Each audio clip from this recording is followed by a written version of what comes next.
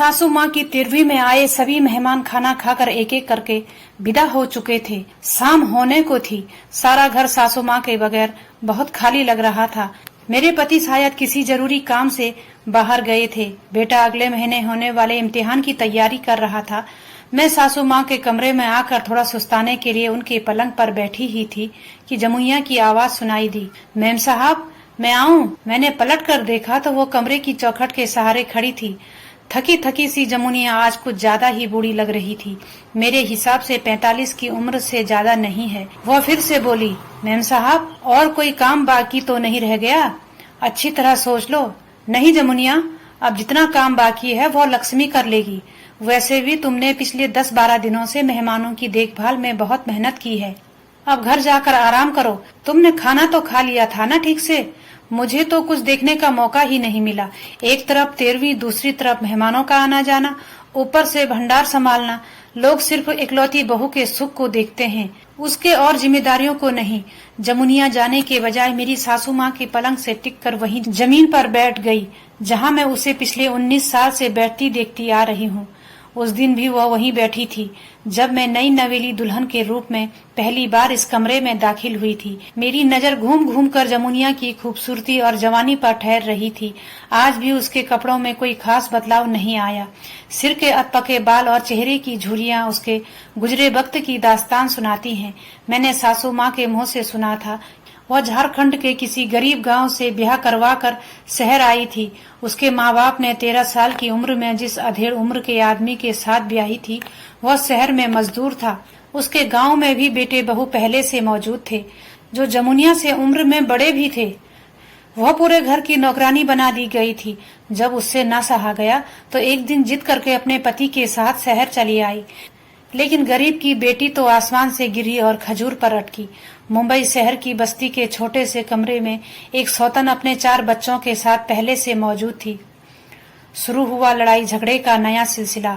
आखिरकार तंग आकर एक दिन मजबूर पति ने अपनी पहली औरत को बच्चों के साथ घर से बाहर निकाल दिया। छोटी बच्ची जमुनिया की चहेती बन गई, इसलिए उसने उसे अपने पास ही रख लिया। जमुनिया ने भी एक बच्ची को जन्म दिया, पर गरीब को चैन कहाँ। इधर जमुनिया पर पूरी तरह जवानी आ रही थी और उधर उसका पति बूढ़ा और बीमार रहने लगा था। पर पेट कहाँ किसी की सुनता है। आखिर में जब पति की बीमारी का दर्द और बच्चों की भूख देखी नहीं गई तो एक दिन वह फैक्ट्री में मुंशी के कदमों पर जा पड़ी। मुंशी ने भरोसा दिया, कुछ पैसे दिए और काम भी दिया, पर जितना दिया उससे कई गुना ज्यादा लूटा। तब उसे सारे रिश्ते मतलब के लगने लगे।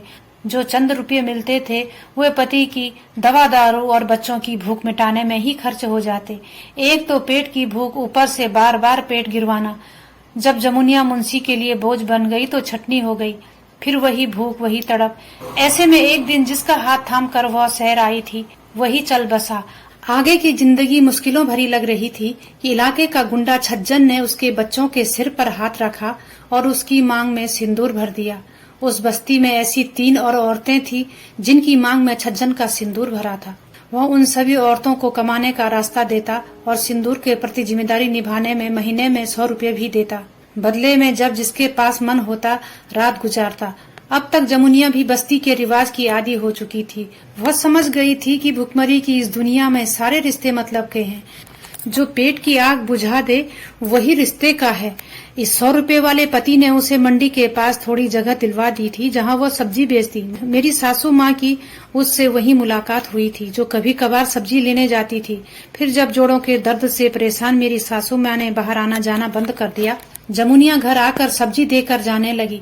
कुछ दिन में उन दोनों में बहुत अच्छी दोस्ती हो गई। जमुनिया जब सब्जी देने आती तो मेरी सासू माँ के पैरों की मालिश भी करती। वह घर के छोटे मोटे काम भी निपटाती और खाली समय में सासू माँ के साथ बैठी बतियाती। हर काम में चुस्त जमुनिया पूरे घर की जमुनिया बन गई। हमारे घर से भी उसका मतलब का रिश्ता जुड़ गया, क्योंकि यहाँ से भी उसे खाना, कपड़े और जरूरत के मुताबिक पैसे भी मिलने लगे। इस बीच छज्जन से उसे 3 बच्चे भी हुए। दूसरी तरफ उसकी सौतन की छोटी बेटी, जिसको उसने अपनी बेटी की तरह पाला था, किसी पराये मर्द के साथ भाग खड़ी हुई। एक बार जमुनिया 5 दिन तक नहीं आई। जब वह नहीं आई तो पता चला कि उसके पति का किसी ने कत्ल कर दिया। ना तो उसके कपड़ों में कोई अंतर आया, ना ही उसके बर्ताव में। सिर्फ सिंदूर की जगह खाली थी, लेकिन कुछ दिन बाद एक बार फिर वहाँ सिंदूर चढ़ गया। उस दिन मेरी सासू माँ ने गुस्से में कहा था, यह क्या जमुनिया, तूने फिर ब्याह रचा लिया?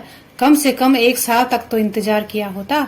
मेरी सासू माँ की डांट को उसने हंसी में उड़ाते हुए जवाब दिया था, मरे के साथ थोड़े ही मरा जाता है। उसके इस जवाब के सामने सासू माँ भी चुप हो गई। बाद में सासू माँ के मुंह से ही सुना था कि जमुनिया का ये पति अच्छा है, इसकी 3 ही पत्नियां हैं। ठेले पर वह जितना कमाता है अपने दारू के खर्च के लिए रखकर बाकी 3 पत्नियों में बांट देता है। ये सुनकर हम सब हंस दिए थे। मेरे पास कभी इतना समय ही नहीं बचता था कि उसकी कहानी सुनो। हाँ, जब कभी उसे दरोगा के यहाँ हाजिरी देनी होती तो सासू माँ से कहने की हिम्मत नहीं होती, तब वो मुझसे ही कहती।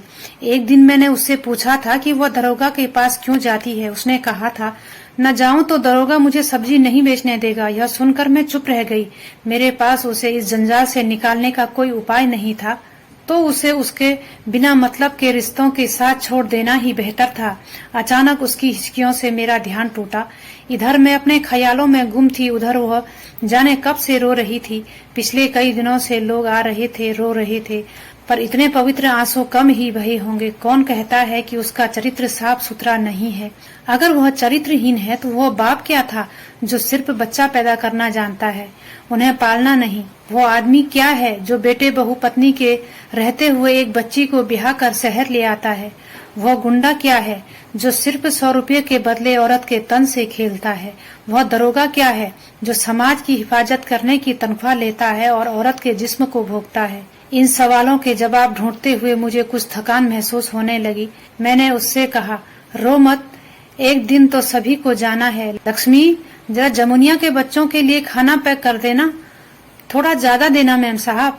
वह मेरी सौतन की बेटी है ना, जो भाग गई थी, परसों अपने 2 बच्चों के साथ मर्द को छोड़कर आ गई है। क्यों? पता नहीं, कह रही थी कि उसका मर्द दूसरी जोरू ले आया है और कहता है कि वह ढीली पड़ गई है, उसमें कुछ नहीं बचा है। मैंने एक लंबी सांस छोड़कर कहा, ठीक है, रसोई में जाओ और लक्ष्मी से कह देना जितना खाना लेना चाहो ले जाओ, पर कल बर्तन जरूर साथ ले आना। कल सफाई का काम भी ज्यादा होगा, थोड़ा लक्ष्मी का हाथ बटा देना। कल सुबह तो मैं नहीं आ पाऊंगी मैम साहब। क्यों? दरोगा जी ने हाजिरी देने के लिए बुलाया है। पर अब तो तुम बूढ़ी हो गई हो जमुनिया, मुझे नहीं, दूसरी बेटी को ले जाना है। पर वो तो अभी छोटी है। महम साहब, हमारे यहाँ क्या छोटी क्या बड़ी, माहवारी शुरू होते ही सलवार पहना दी, बस वह सलवार सूट में बड़ी दिखने लगी, और क्या। पर तुम तो कहती थी कि वह घर का काम संभालती है और तुम उसे बाहर ज्यादा निकलने भी नहीं देती हो। पिछले हफ्ते उसे दुकान ले गई थी, थोड़ा मदद मिल जाएगी सोचकर। सिपाही ने देख लिया तो उसने जाकर दरोगा से शिकायत कर दी। आज सुबह दरोगा दुकान पर आया था और बोला, सुना है तेरी बेटी जवान हो गई है, उसे कब तक छुपा कर रखेगी, कल शाम को थाना ले आना। मेरा जी चाहा कि उठकर सीधे थाने जाऊं और उस दरोगा की सरकारी पिस्तौल से उसी पर गोली चलाऊं। सरकारी पिस्तौल का कभी तो सही इस्तेमाल होना चाहिए। फिर मैं बोली, ठीक है जमुनिया, कल तुम्हारी बेटी नहीं, मैं जाऊंगी तुम्हारे साथ वहाँ। वह घबरा कर बोली, नहीं मेम साहब, साहब बहुत नाराज होंगे, कहीं मेरा आना ही न रोक दे इस घर में। गरीब की बेटी है, कब तक खैर मनाएगी? पर ऐसा कब तक चलेगा? ऐसे तो एक और जमुनिया तैयार हो जाएगी। हमारे लिए आप कब तक और किस किस से लड़ेंगी मैम साहब? एक दरोगा जाएगा, दूसरा आएगा, दूसरा जाएगा तो तीसरा आएगा। अगर इस बीच कभी कोई भला दरोगा आ भी गया तो उधर गुंडे मवाली की फौज खड़ी हो जाएगी। आप इस महल में बैठकर कुछ नहीं समझ सकती, कभी चलकर हमारी बस्ती में आइए, आपको हजारों जमुनिया मिल जाएंगी। मैं हैरान होकर उसकी बातें सुनती रही। वह उठकर लड़खड़ाते हुए कदमों से जा रही थी। अचानक मैंने उसे पुकारा, जमुनिया, अपनी बेटी को नहलाकर कल सुबह यहाँ ले आना। मेरा घर बहुत बड़ा है, मुझे फुर्सत नहीं है। लक्ष्मी पूरा घर संभालते हुए थक जाती है, वह लक्ष्मी का हाथ बटाएगी और मैं उसे पढ़ना लिखना सिखाकर कहीं काम पर लगा दूंगी। इतना सुनकर जमुनिया मेरे कदमों में लौट गई और उन्हें आंसुओं से भिगो दिया। मैंने उसे गले लगा लिया। आंसू मेरी आंखों में भी थे, खुशी के आंसू। कहानी पसंद आई हो तो चैनल को सब्सक्राइब करें।